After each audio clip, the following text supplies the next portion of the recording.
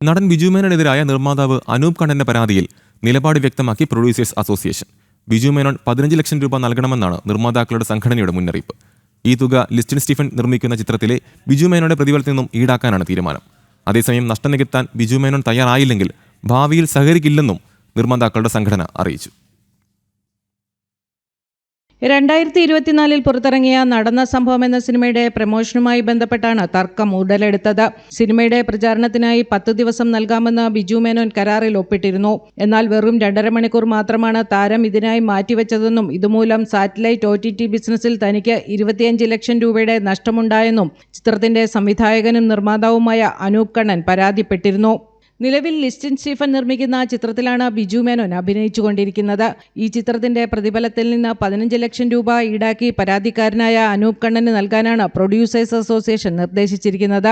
ഇതുമായി ബന്ധപ്പെട്ട കത്ത് ലിസ്റ്റിൻ സ്റ്റീഫൻ ബിജു മേനോന് കൈമാറി. തുക നൽകാൻ തയ്യാറായില്ലെങ്കിൽ ഭാവിയിൽ താരവുമായി സഹകരിക്കില്ലെന്നും സംഘടന മുന്നറിയിപ്പ് നൽകിയിട്ടുണ്ട്.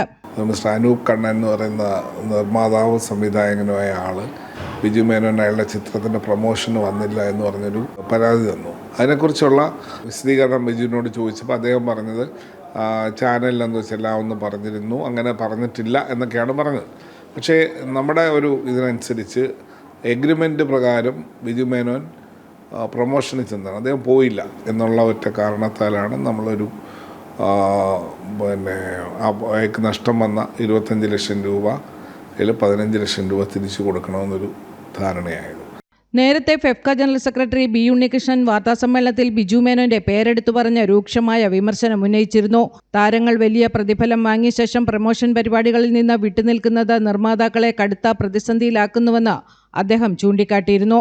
ജീത്തു ജോസഫ് സംവിധാനം ചെയ്ത വലതുവശത്തെ കള്ളൻ എന്ന സിനിമയുടെ പ്രമോഷനിലും താരം സജീവമായിരുന്നില്ലെന്ന് ആക്ഷേപമുണ്ട്.